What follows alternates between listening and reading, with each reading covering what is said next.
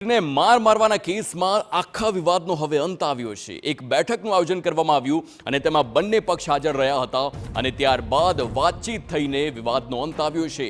રિવરસાઇડ પેલેસમાં બંને પક્ષ વચ્ચે બેઠક યોજાઈ હતી। બંને ફરિયાદી પક્ષ વચ્ચે વાતચીતથી સમાધાન થયું છે। મોટી સંખ્યામાં પાટીદાર અને ક્ષત્રિય સમાજના લોકો આ બેઠકમાં ઉપસ્થિત રહ્યા। ગોંડલને બદનામ કરનારાઓને ગણેશ જાડેજાની ટકોર છે। ગોંડલને બદનામ કરવાનો પ્રયાસ કરનારા ટપોરીઓને સ્પષ્ટ ચેતવણી, બદનામ કરવાનો પ્રયાસ કરશો તો બધા સાથે મળીને જવાબ આપીશું।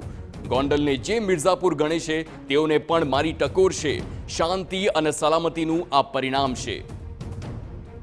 ગોંડલની અંદર ક્ષત્રિય સમાજને અને પાટીદાર સમાજને અથડાવવાના જે પ્રયત્નો કરતા હોય એવા લોકોને અને એવા ટપોરીઓને ગોંડલ વતી હું સ્પષ્ટપણે જવાબ આપું છું કે ભાઈ એ તમારા સપના છે ક્ષત્રિય પાટીદાર વર્ષિત ક્ષત્રિય કરાવવાના, એ સપના તમારા ક્યારેય પૂરા નહીં થાય એવી 18 વર્ષના લોકો તરફથી ટપોરીઓને જાહેરની અંદર હું તો છેલ્લા ઘણા સમયથી પાટીદાર સગીરને મારવા મામલે બે સમાજ વચ્ચે વિવાદ ચાલી રહ્યો હતો, જેનો સુખદ અંત આવ્યો છે। બંને સમાજ વચ્ચે વાતચીત કરી તમામ મતભેદો દૂર થયા છે।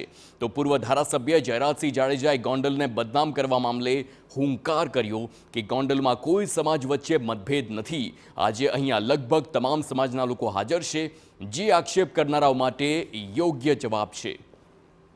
બધાએ પોઝિટિવ આ વાતની દિશા લીધી છે। બધાએ બંને પક્ષને સમજાવ્યા છે। બંને પક્ષે પણ આ વાતને સાચી રીતે સ્વીકારી છે। એમને બંનેનું હૃદયપૂર્વક અભિનંદન આપું છું।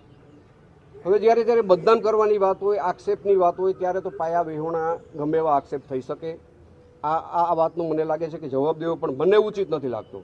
જે સંખ્યામાં ઉપસ્થિત લોકો છે આ ખોટી વાતનો જવાબ હોય આવું મારું માનવું છે। જયરાજ બાપુનો પરિવાર અને અમારા પરિવારના જે આગેવાનો જે થકી સુખદ સમાધાન થયું છે એમાં હું રાજી છું અને આગળ પણ કોઈએ બીજો જ્ઞાતિ જાતિનો ઝઘડો મારે કોઈ સાથે હતો પણ નહીં અને આગળ નહીં થાય।